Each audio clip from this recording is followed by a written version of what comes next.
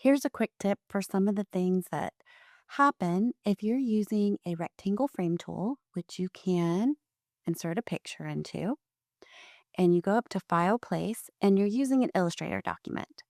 So I'm grabbing this Illustrator document and I have it so that I can see my settings. And it looks a little strange that I'm seeing only part of it here, but I'm going to say, hey, I want all of my media. I say, okay. And it's still cropping. And I know if I go back to Illustrator, there's a lot more of the picture. And so, one of the things, if you run into that and you have double clicked to your picture, you have scaled it in, you're like trying to find where is the rest of that picture, especially when you're placing an Illustrator document. You need to pay attention to what the artboard is. So in Illustrator, if I click the artboard button, I can see my boundaries is what I'm seeing here. It is not the full image.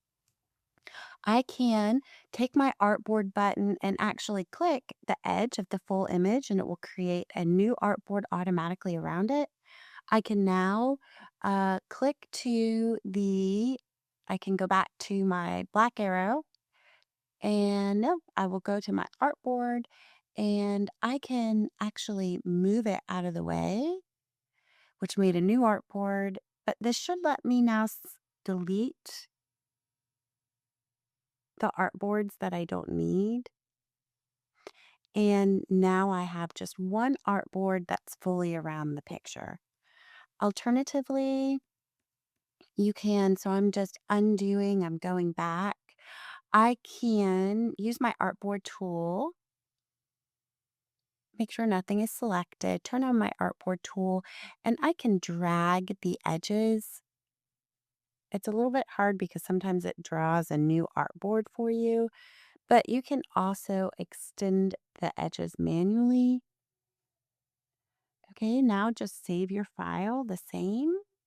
And if you've already placed it, you can see in InDesign because it's linked to the file and not what was on your clipboard. I can double click where that warning icon was, and now I have the full image and I can do all of my scaling proportionately and I see everything.